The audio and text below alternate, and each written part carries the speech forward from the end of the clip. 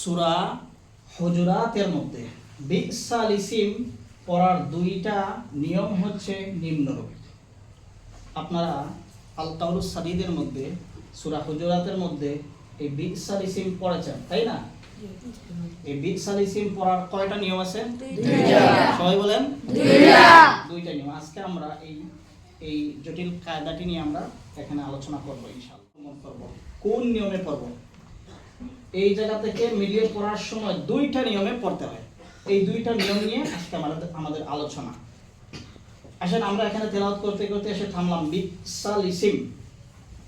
এখন আমরা এখান থেকে পড়ব। এখন আমরা কিভাবে পড়ব বলেন? একজন বলেন, যে কেউ একজন বলেন। আল ইসমু, এই তো আল ইসমু, তাই না? আসলে শব্দটা আল ইসমু হবে না। আমি আলোচনা করে শুনেন। আমরা দুইটা নিয়মের মধ্যে প্রথমে আমরা এই সহজ নিয়মটি আলোচনা করে ফেলি। এখানে আমরা ওয়াকফ করলে আমরা পরবর্তীতে যখন পড়ব তখন এই যে লাম আছে না, লাম, এই লাম থেকে আমরা শুরু করব। যেমন আমি এখানে কিভাবে শুরু করতে হবে এটা লিখে রাখছি। লিসমুল ফুসুক, কি বলে শুরু করতে হবে? এই যে লাম, এই লাম থেকে শুরু করতে হবে। এই লাম থেকে কিভাবে শুরু করতে হবে আমি জাস্ট এটা বোঝানোর জন্য এটা লিখেছি। এটা কিন্তু শুদ্ধ লিখন না, এটা জাস্ট বোঝানোর জন্য আপনাদেরকে। লিসমুল ফুসুক বলে আমাদের শুরু করতে হবে। এটা হচ্ছে সহজ নিয়ম। আর আপনারা যেটা বললেন আল ইসমু, এটা সঠিক না। দ্বিতীয় নিয়ম হচ্ছে এই যে এখানে আলিফ লামের আলিফ আছে না, আমরা জানি এই জায়গায় ওয়াকফ করলে এই আলিফের উপর একটি অস্থায়ী হরকত দিয়ে আমরা এখান থেকে আল ইসমু পড়ি। এভাবেই তো, এটাই তো স্বাভাবিক নিয়ম। যেমন বিসমিল্লাহির রহমানির রহিম মিল হামদু, বিসমিল্লাহর সাথে সূরা ফাতিহা মিলিয়ে পড়ার সময় আলিফ আলহামদু সূরার আল বলতে যে হামজার উপর জবর রয়েছে আমরা সেটা উচ্চারণ করি না, কারণ এটা কি ধরনের হামজা? ওয়াসলি। মিলিয়ে পড়ার সময় এটা উচ্চ হয়ে যায়, এটা পড়ে যায়। আর যখন আমরা বিসমিল্লাহির রহমানির রহিম এরপর যখন শুরু করব আলহামদুলিল্লাহি রাব্বিল আলামিন, তো এই যে আলহামদুলিল্লাহ বলতে আমরা আ বললাম, আল এর আ, এই আ হামজা জবর আ, এই হামজা জবর আ, এই হামজাটা কি ধরনের হামজা? হামজায়ে আর জোরে বলেন, হামজায়ে ওয়াসলি। তো এই যে আল ইসমু শব্দের মধ্যে এই হামজাটা কি হামজায়ে ওয়াসলি? এটা তো আলিফ, তাই না? এই আলিফটা তো আমরা এখান থেকে মিলিয়ে পড়ার সময় উপরে জবর দিয়ে পড়তে হবে, তাই তো?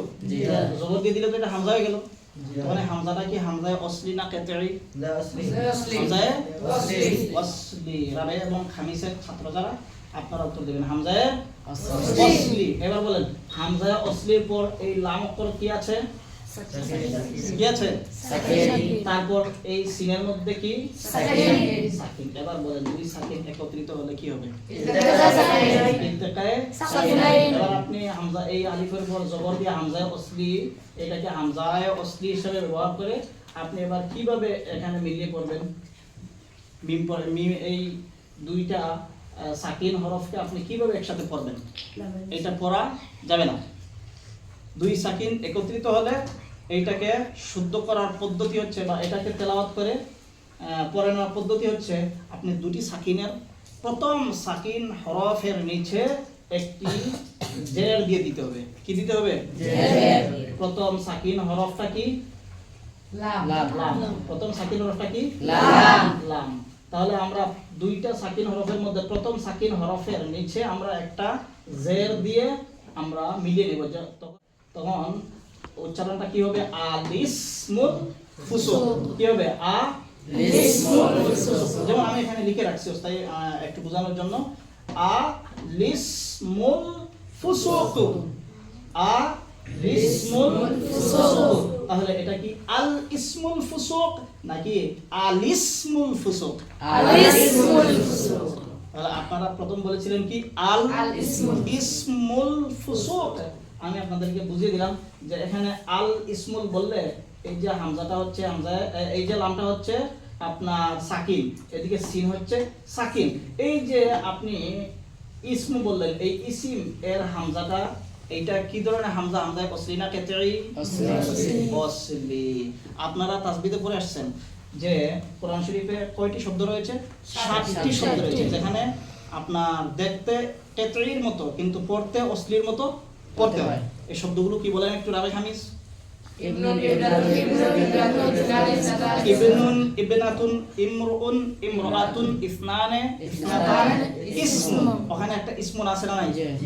এই ইসিম, ইসমুন, এই ইসমুনের হামজাটা কি হামজায় অসলি না কেতই? অসলি।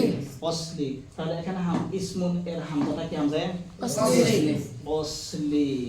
তো এই হামজায় অসলি এখানে থাকার কারণে আমরা এখানে এই হামজায় অসলিকে বাদ দিয়ে হামজায় অসলির নিচে জের না দিয়ে আমরা দিতে হবে প্রথম সাকিন হরফের নিচে একটি জের দিয়ে ওখান থেকে সরাসরি সিনের সাথে যুক্ত করে পড়ে নিতে হবে।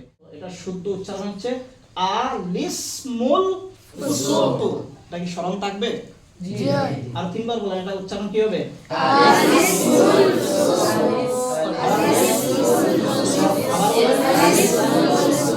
আসলে তাসবিদের মধ্যে এই পদ্ধতিটা প্রথমে লেখা রয়েছে।